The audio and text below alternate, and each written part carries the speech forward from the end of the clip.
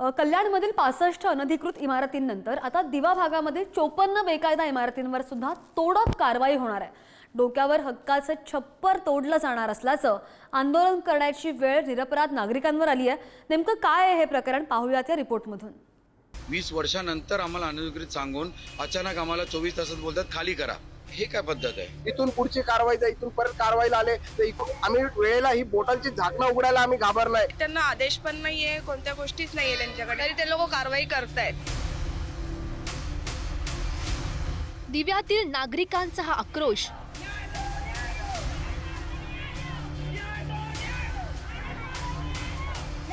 बेघर होण्याची टांगती तलवार त्यांच्या डोक्यावर लटकते।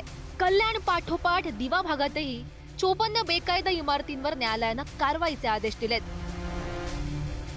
पालिकेनं या इमारतींवर कारवाई करण्याची तयारी सुद्धा सुरू केली आहे।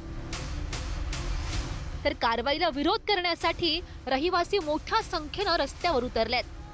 हातात पेट्रोलच्या बाटल्या घेत आत्मदहनाचा इशारा दिवावासियांनी दिलाय। या नागरिकांवर आंदोलन करण्याची वेळ नेमकी का आली पाहूयात। दिव्यातील अनधिकृत बांधकामावर कारवाईचे न्यायालयानं आदेश दिलेत। ठाणे महापालिकेकडून कारवाईची तयारी सुरू झाली आहे। पालिकेच्या कारवाई विरोधात नागरिक रस्त्यावर उतरलेत। जुन्या इमारती असून आत्ताच कारवाई कशी, नागरिकांनी सवाल उपस्थित केला। टीएमसी ठाणे महानगरपालिका नाही तर टॉर्चर म्युनिसिपल कॉर्पोरेशन आहे। अशा प्रकारे लोकांना त्रास देत आहे। आपली कामं सोडून आज हे सगळे घरी बसल्याने एक दुसऱ्याची घरं वाचवण्या संपूर्ण दिवा एकत्र झालेला आहे। इथून पुढची कारवाई जा, इथून परत कारवाईला आले तर आम्ही वेळेला ही बोटलची झाकणं उघडायला आम्ही घाबरलाय। अजून तीव्र आमचा आंदोलन तुम्हाला मिळणार, पण ह्याच्याहून कमी नाही मिळणार। आम्ही महाराष्ट्राचे यशस्वी मुख्यमंत्री एकनाथजी शिंदे साहेब आहेत, त्यांची या सगळ्या रहिवाशांनी भेट घेतली आणि शिंदे साहेबांनी देखील या सर्वांना आश्वासित केलेलं आहे की कुणालाही बेघर केलं जाणार नाही आणि त्यांच्या पुढे सर्व संघटना ही उभी राहील म्हणून। आज देखील तुम्ही पाहिलं असाल तर महापालिका कारवाईसाठी आली होती आणि तितक्याच प्रखरतेने आज सगळ्यांनी रस्त्यावर उतरून मोठा संघर्ष केला आणि महापालिकेला परतावं लागलं। जर महापालिका मुळात ह्या ऑर्डर नसताना सुद्धा या बिल्डिंगवर कारवाई करायला येत असेल तर त्याला विरोध होणारच।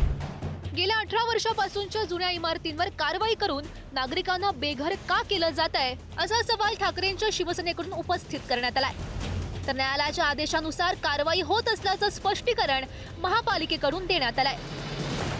हायकोर्टाने आदेश दिला म्हणून महापालिका कारवाईला आले अशी महापालिका प्रशासन सांगते, पण मग हायकोर्टाने या बिल्डिंग अधिकृत आहेत की अनधिकृत आहेत त्याचा अहवाल सादर करा असं महापालिकेला सांगितलेलं आहे। कोणत्याही ह्या बिल्डिंगी तोडा म्हणून महापालिकेला कोर्टाने आदेश दिले, हायकोर्टाने आदेश दिलेला नाहीये।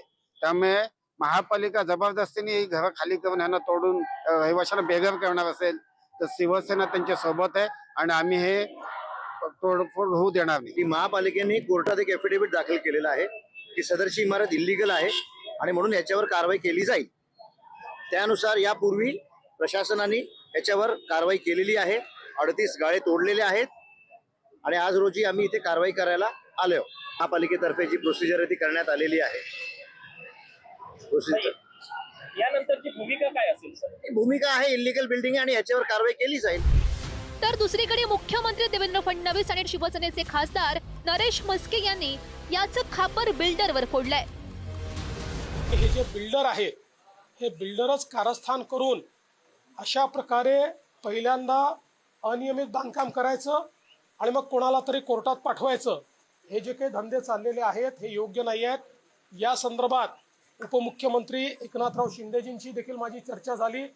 त्यांनी त्यातल्या फॅक्ट्स माझ्या नजरेस आणून दिलेल्या आहेत आणि या संदर्भात आम्ही कोर्टमध्ये इंटरव्हेन्शन करणार आहोत। लोकांची परिस्थिती नसते, गावावरून आलेले असतात, 15-20 लाखामध्ये त्या ठिकाणी घर मिळतं, चाळ मिळतं, म्हणून त्या ठिकाणी ते विकत घेतात, राहायला जातात। 15-15 वर्ष 10-10 वर्ष झाल्यानंतर मालकाला बुद्धी येते का?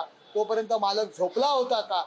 डबल फायदा घेण्याच्या दृष्टीने आज त्या लोकांवरती कारवाई होते। मालकाची भूमिका, त्या ठिकाणचे जे काही बिल्डर आहेत त्यांच्यावरती सुद्धा त्याच पद्धतीत कठोर कारवाई करणं गरजेचं आहे। गेल्या 2011 पासून त्या बांधकामाची तक्रार करतोय का डीपी मध्ये तो हॉटेल आहे।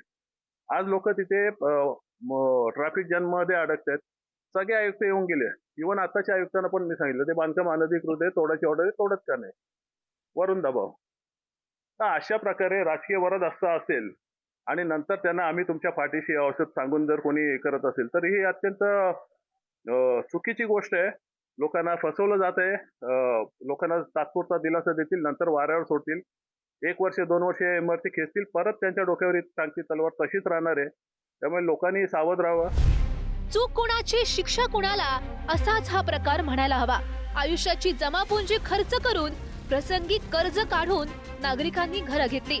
आता 18 वर्षांनी संसार उघड्यावर पडण्याची वेळ त्यांच्यावर आली आहे. नागरिकांची फसवणूक करणाऱ्या बिल्डरांना काय शिक्षा होणार हा प्रश्न मात्र अनुत्तरितच राहतो. निकेश शार्दूलसह तेजस्विनी तांदळे, पुढारी न्यूज, दिवा.